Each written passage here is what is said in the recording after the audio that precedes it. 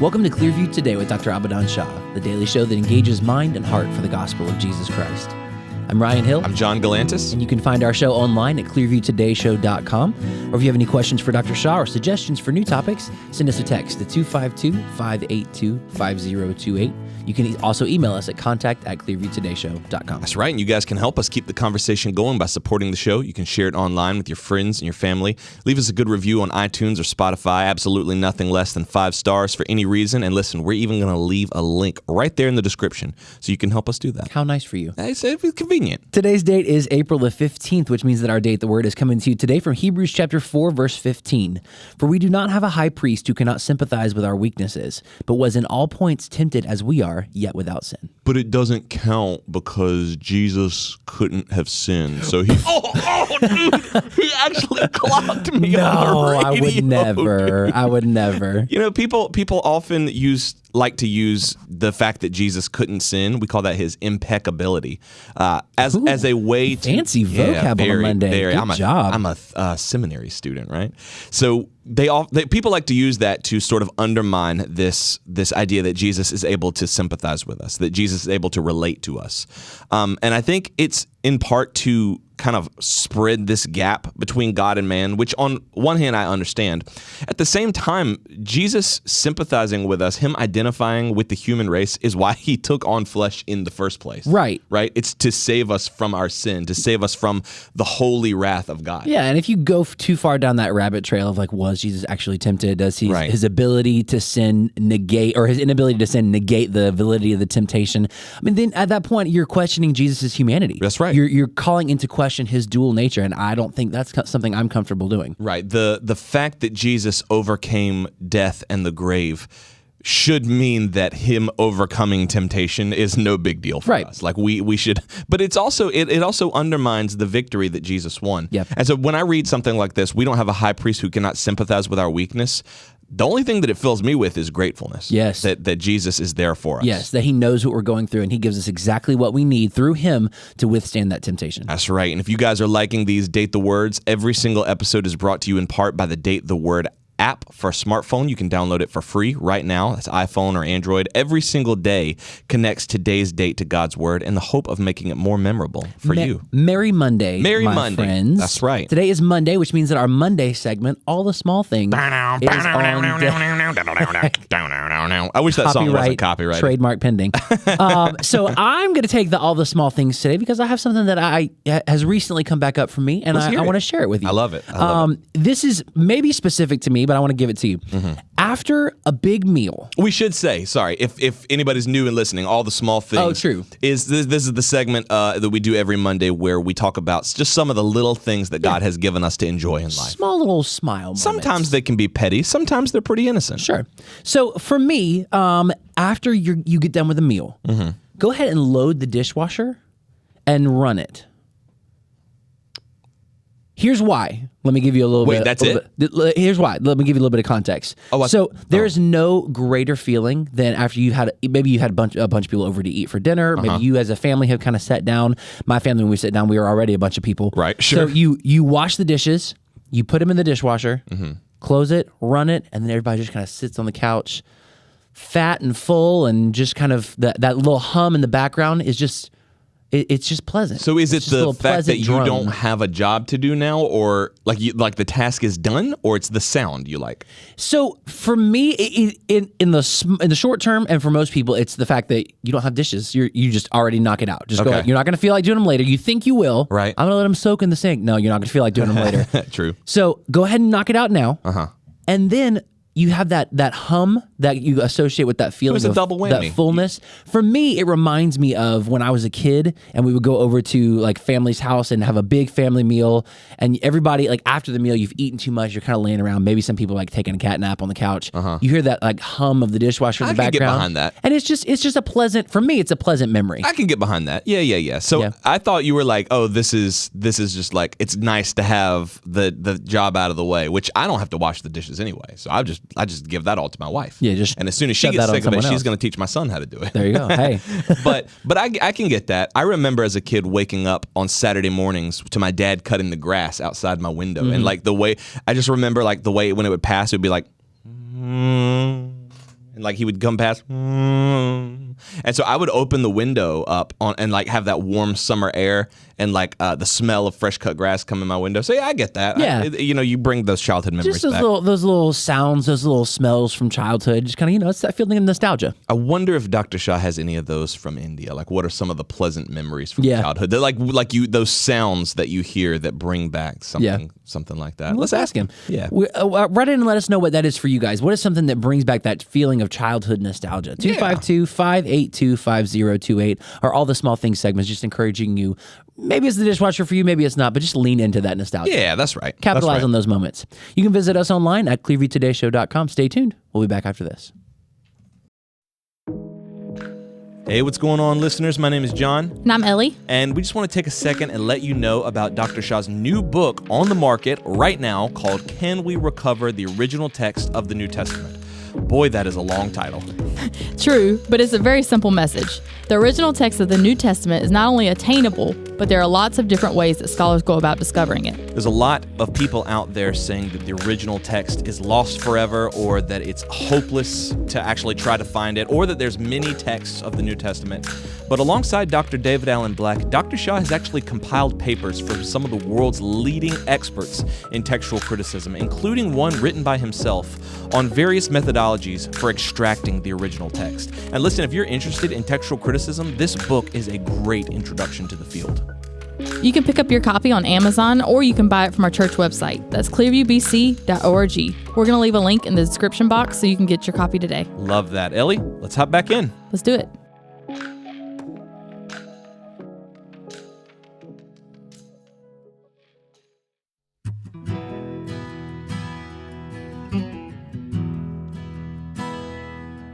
Welcome back to Clearview Today with Dr. Abadan Shah, the daily show that engages mind and heart for the gospel of Jesus Christ. You can visit us online at clearviewtodayshow.com, or if you have any questions or suggestions for new topics, send us a text to 252-582-5028. That's right, and we are here once again in the Clearview Today studio with Dr. Abadan Shah, who is a PhD in New Testament textual criticism. Dr. Shah, it's good to be back for another week of Clearview Today. Yes. Starting the week off. Looking Happy forward to Monday. it. Happy Monday. Let me ask you this. We were talking about nostalgic memories from childhood, particularly sounds, right? Mm-hmm. Talking about the dishwasher being run right after a meal, talking about the sound of your dad cutting grass outside the window at like 7 a.m. on a nice summer day. Do you have any like warm nostalgic memories from childhood that like if you hear a sound, it like takes you back to that place? It's a smell. A smell? Okay. Smell. It's a smell of paint.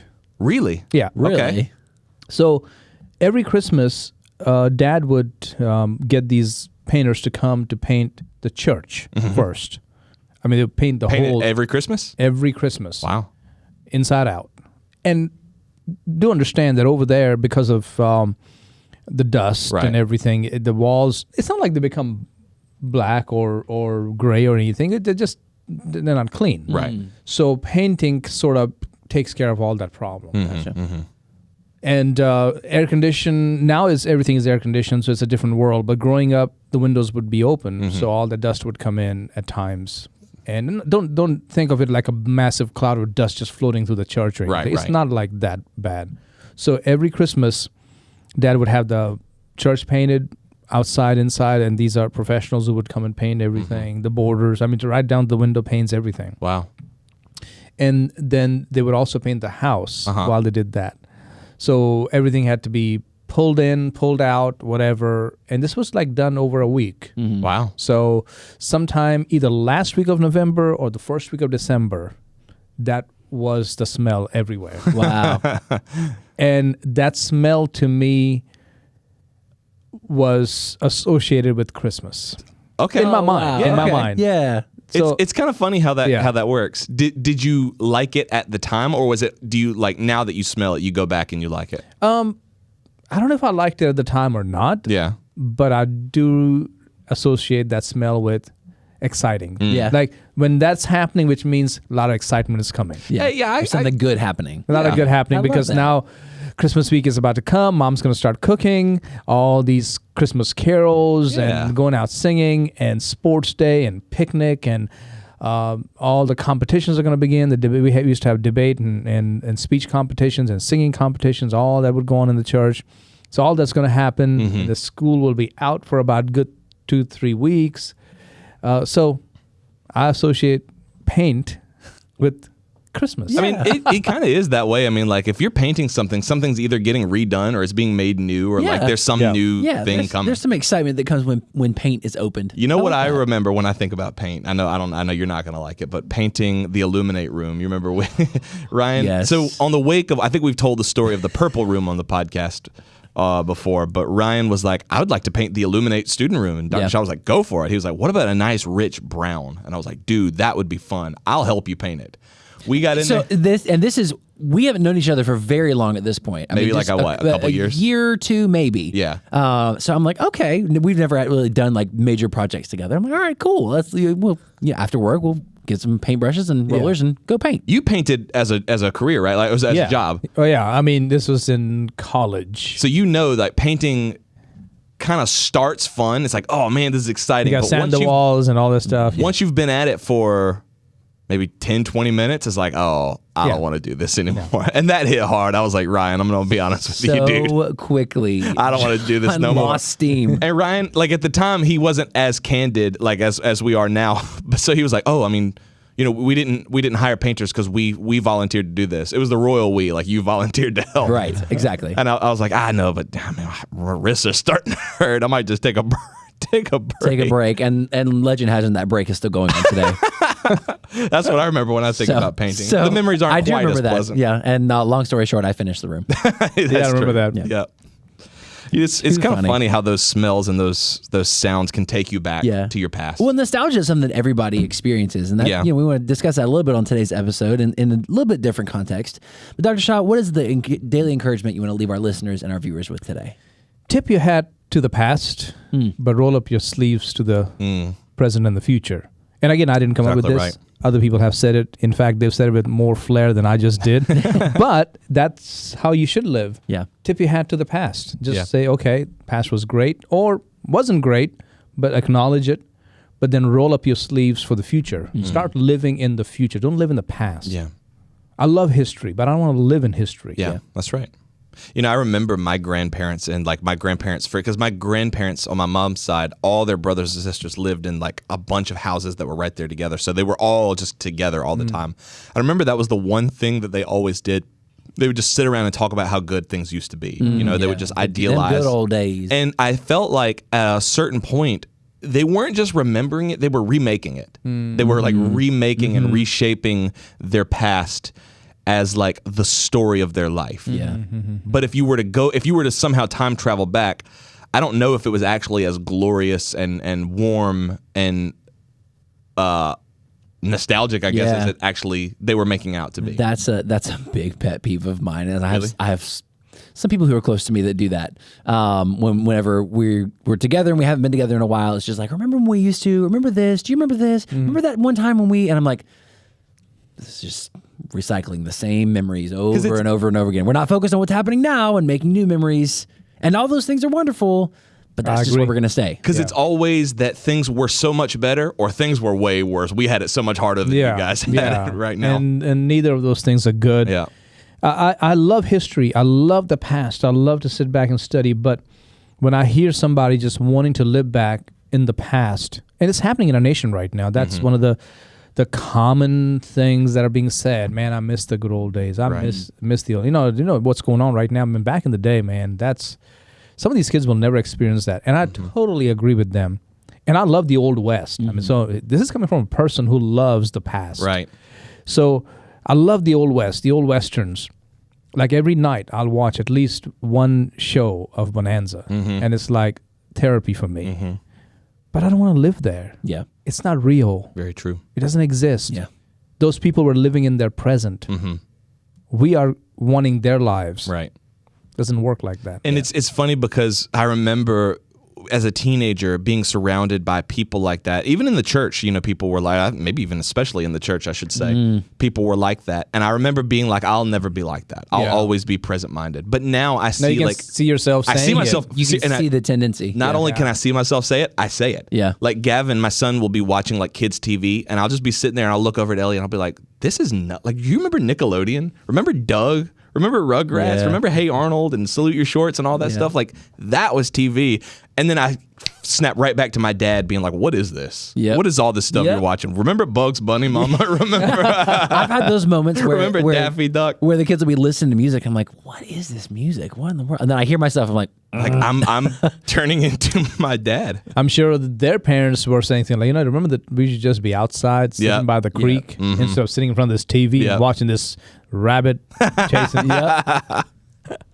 It's funny how that works, and like you're absolutely right, John. The older you get, you feel Yeah. that tendency start to creep in, and it requires like kind of actively working against it. That's right. You see that as well?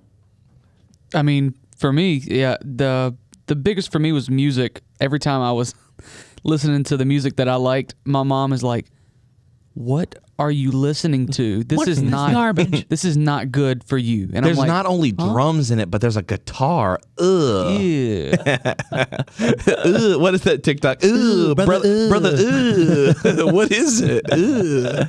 That's funny. It's one of the things that it's fun to laugh at, but then I do wonder if there is some real harm in it, because Yeah. when you keep going back to the past in your mind, I wonder if you're going back to an older version of you. You know what I mean? A you that was more okay with sin. Yeah. A you that was more willing to compromise on the things that are holy. Classic example would be the people of Israel or the Hebrews. Before they became the people of Israel, Yeah. they were just Hebrews. They were just slaves in the land of Egypt for those 400 some years, suffering under the lash of the Pharaoh and hating it, crying out to God. Their babies are being taken and thrown into the Nile River to be eaten by crocodiles. This is the life they lived. And making bricks and barely surviving. Of course, at one time they were at the height of power. One of their own, the first one there, Joseph, was Imhotep. Yeah. This brilliant man, this vizier, this scientist, the head of the building projects. This is who Joseph was. If you study Joseph, Imhotep, that's who he was. But that's not where they are now. Right. They are slaves. They're eking out a living, barely surviving, in pain and crying out to God. And God sends a man. God sends a former Pharaoh in training, who is one of them, to come and lead them out. And he led them out with powerful miracles. The signs, the 10 signs, powerful miracles. And then he parted the Red Sea, got them on the other side, and immediately they complained. They complained about water, they complained about food. They were missing all the onions and leeks and garlic. They were like, man, we used to eat so good. I mean, we used were to eat slaves. pots of meat. Yeah. How when do you eat food from a pot? Right. Right. You eat in a plate. Yeah. People often think it's like, well, they ate. No. What they're saying is, we just were so spoiled that we didn't even put it on our plate. We would just Eat it right out into the pot. Yep. Just dig, just roll up our sleeves and dig in. Like, yeah, we were slaves, but man, I think we had it good. They need a whooping. Yeah. Yes. They need Yes. a big whooping. Big whooping. Somebody's gonna get the spoon. Bro, and get the someone's spoon. getting the wooden spoon right now. I mean, they were saying things that are like, wait, just a few minutes ago, you were crying. Yeah. And now we had pots of meat. It's like, we had food. We had bread. Deliver us, Lord, save us. it's like I imagine like taking Gavin or my kids out to like ice cream or Yeah. like it's just somewhere fun. He's like, man, I appreciate this, but I wish I could go back to timeout. The cushion was so soft. The little chair I sat on, Yeah. I could These, fall asleep These bugs in weren't it. buzzing in my face. My ice Yeah. cream was like hurting my teeth. I Like, wish I'd Yeah. stayed in timeout. Yeah. you ungrateful. Yeah. And that is a classic example of how many of us do when it comes to the past. That's true. Great example. And so keep in mind, everything that the people of Israel have gone through, as Paul says, they were as examples for us. They lived out the life that now we live through Christ. They lived following the cloud of pillar, or the pillar of cloud and the pillar of fire by night. Now we have Christ in us, but the principles are exactly the same. Nothing changed there. Same Holy Spirit, same salvation. Yep. They were waiting for the coming one. We look back to the coming one. That's right. Nothing's changed. So they have acted out for us. So in our own personal lives, do we also do the same thing? Back in the day? Now, let's step away from the back in the day in the sense of television shows or music or certain candy that's no longer available unless you go to a specialty store. Let's talk about back in the day, as in your past life. True. Because right then it doesn't seem so fond. Sometimes I cringe when I hear someone say, "Brother, back in the day, I'm telling you, I need to tell you my story, and you'll realize." And I want to ask them, do you miss that? Yeah, it feels almost like bragging at that. Yeah, like, You're what are you bragging proud about of? this. Yeah. Because honestly, you were a dirty, rotten, wretched sinner, an enemy of God, hell-bound, Satan's child. That's who you were. And you're saying, as if this is a great thing that I want to share with you, and you're gonna be shocked. Yeah. Yeah. Yeah. It's gonna blow your mind. It's Like the that glory days. Yeah, it's that peaked in Yeah. high school syndrome, and you always know when you found them when people can't stop talking about who they were in high school. You know what I mean? Like, I was the quarterback, and I was this, and I was that, and I was. I was messing with all those girls and Yeah. everything. You really want to brag about that? Because I was not nice. Do you have daughters? Yeah. Yeah, exactly. Is that what you want to talk about? Use a ladies' man. What does that mean? Well, exactly, and it is Yeah. indicative that there was never really a heart change. There was just a behavioral shift. You know, I know that no longer this is acceptable. Now I'm an adult, but man, I do miss those days when I was wild and free and fun, and everybody. that looked at me. romanticized Yeah. idea of like the wild days, the glory days back in my Yeah. prime. But you're absolutely right. That was when we were enemies of God. That's when right. that's when we were under God's You were doing wrath. things that you were not supposed to do, Yeah. right? Like anytime somebody says I was a ladies' man back in the day, man, I was just, well, what does that mean, ladies' man? Yeah. Like, now, unless you were like, you're just making all this stuff up, then maybe that's fine. Go and do it. But if you really mean ladies' man, then you were messing around with girls That's right. who are not going to be your wife. You want to brag about That's that? your bragging point, really. Yeah. Should not be bragged Well, about. they always flip it. They're like, "Well, I'm just bragging on how God changed me. Man, I was so down that well, Are but you? God did it." It's like, so talk about Him. Right. I don't need to hear the details. Because there's a lot of there's a lot of me language. Doesn't Yeah. sound like you're bragging on God. Yeah, I can fighting. I just get in fights all the time. Yeah. Punch people out, man. I would just, okay, all right, I get it. There's a certain level of macho man syndrome there.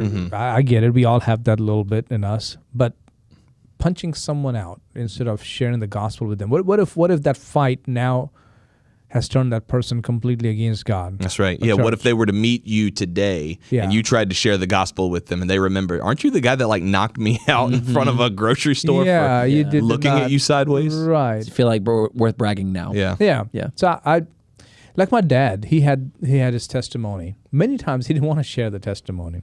People came to him wanting to write a book on him, on his autobiography.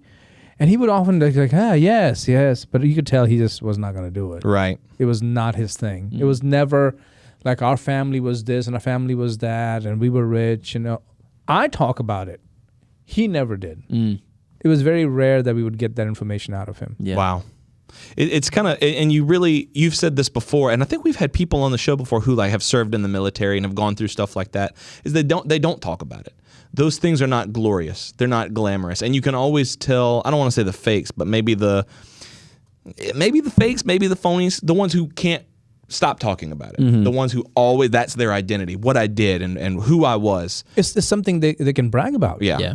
But Yeah. it's something that is not worth bragging about. That's right. That's right. And you typically, and so I guess it's like the Lord says, you know them by their fruits. You know what I mean? Yeah. By who they are, their character. All those things shaped them into their person, but if they're still holding on to them. As badges, Right, as of, badges honor. of honor. So how should we then look at life? What should we brag on? I would say we should brag on Jesus Christ. Amen. Amen. That's what we should brag on. We should brag on how great he is, how awesome he is. And that's what Peter does over here in 1 Peter chapter 1, starting in verse 17. It says, "And if you call on the Father, who without partiality judges according to each one's work, conduct yourselves throughout the time of your stay here in fear." That's not very fearful when you're back in the day. True. Right. If you truly believe there's a judgment coming, Yeah. if you truly believe that, then I'm not going to keep bringing up all those things that were actually Yeah, against I me. wouldn't, that I were wouldn't counted want to against dwell on me. those. Yeah. And if any of our listeners and viewers are wondering why are we talking about this, verse 14, this is 1 Peter chapter 1, verse 14. "As obedient children, not conforming yourselves to the Former lusts. Former lusts. former lusts." I just Should be former. Yeah. Should be. I just thought, And they were lusts. Yes. Yeah, oh yeah, very much so. And I just thought about this. I don't know if it's like, like we were talking about that judgment to come, and that something is coming. That God's judgment is coming. And I'm just going to keep bringing up, like when I bring up all those sins to other people to gain credit, I'm also bringing it up to God. And I'm like, God, listen, I remember when I did this. I know that counted against me. I want you to not remember it. I want these guys to remember know who I But it's am. like you keep bringing it up and keep bringing it up before God. He's like, Yeah. you're going to have to pay for that. Yeah, if you're on trial somewhere and you're like talking about your sentence, talking about what you did to the people in the courtroom, your lawyer's gonna be like, will you please be Yeah, I quiet? know, right? Will you Yeah. please stop talking? And while the judges over there, the guy's like, I knocked up that Piggly Wiggly too. I and sure did. knocked Tell you up how I did the it. food I'm- line over here and that bank sure robbery. did. Just hey. keep it on the down low, Your man. lawyer Don't would let be the like, judge know. I am going to hurt you if you continue to run your mouth. Anyway, I didn't mean to, just that image popped in my mind. Yeah. It made me kind of laugh. So But it's okay. the former lusts refers to the old family values, the old behaviors, all of that. In contrast, they were to choose holiness as their new calling. And if that's not enough, listen again to verse 17. And if you call on the Father, this is your heavenly Father through Jesus Christ, if you call on the Father who without partiality judges according to each one's work, conduct yourself throughout the time of your stay here in fear. Which means whatever remaining time you have left, behave yourself. Exactly. Truly. Yeah. And I think this is something to kind of bring out too, is this distinction between the old family and the new family. And you talked about that a lot in a book that's going to be coming out in the future. You wrote a book called First Gospel, and it's coming out soon. But there's a lot of that language in there, what family you belong to. And it's really interesting because I think we've lost that. We're so individualistic that we, as a whole, don't believe that we really belong to a family. Yeah. That's right. You know what I mean? That's right. So I think that was a great distinction to make. Yeah. And in verses 13 to 21, Peter gives us sort of a timeline of our past, present, and future. And before time, it says in verse 20, he indeed was foreordained before the foundation of the world, but was manifest in these last times for you. So again, talking about who Christ is. Christ was. Verse 14, there's a time of ignorance and emptiness. It says, as obedient children, now we read this the third time now, not conforming yourselves to the former lusts, As in your ignorance. as in your ignorance. So you just didn't know. Yeah. Yeah. But now you do. So don't go back to Don't being ignorant. brag on your ignorance. Right. Yeah. And then end of the ages that is coming, which is verse 20, he indeed was foreordained before the foundation of the world, was manifest in these last times for you, who through him believe in God, who raised him from the dead and gave him glory, so that your faith and hope are in, Or in God. they're not in my past, they're not in my previous glory, as wretched as that was, or as glorious as that was. It's in God. Yeah. And I think it's an important distinction because this is something that you have said countless times from the pulpit, and I'm sure you said it on the show, but when we say like the end of the ages, like these last days, we're really talking about right now, like we're living in the last days. Right. And I think that's easy to forget. That's right, it is. And then we have been rescued and we have been restored. It says in verse 18, knowing that you were not redeemed with corruptible things like silver or gold from your aimless conduct received by tradition from your fathers. Aimless conduct. Now, in this context, aimless conduct has to do with all the temple worship, Right. all the rituals, all that stuff. Right. That was aimless conduct. But you can apply it to your life. All your previous ways of trying to get to God, and it's like, I'm good today or I'm not good tomorrow, but my good outweighs my bad, or I serve in church, or I go to youth camps and I help out. All those things are aimless conduct. Those are your traditions. Right. But with the precious blood of Christ as of a lamb without blemish and without spot. That's right. Okay, so that's what you should glory in. And also keep in mind our temporary life. In verse 17, and if you call on the Father who without partiality judges each one according to according to each one's work, conduct yourself throughout the time of your stay here in fear. And then verse 13, therefore, we're kind of working our way backwards here.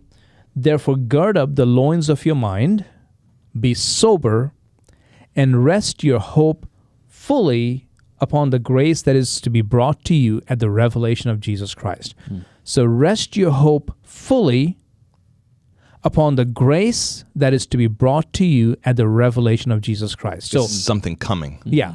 So get your mind in focus. Yeah. Don't glory over those lustful, ignorant days when you were enemies of God, but be sober and have your hope focused towards the future, where it's not like, hey, no, now we're going to glory. No, now you're going to receive grace when Jesus comes. That's right. That's right. It's a very different and deep perspective. Yeah. Yeah. It's future focused. Yeah. Yes. I think that's helpful for us, fighting against that tendency that we've talked about to constantly drift backward, but to focus on the future and not go back to those times of ignorance, not go back to those times where we were enemies of God, but focus on the future and what God's called us to. 100%. Yes. Yeah, Yeah. so helpful for us.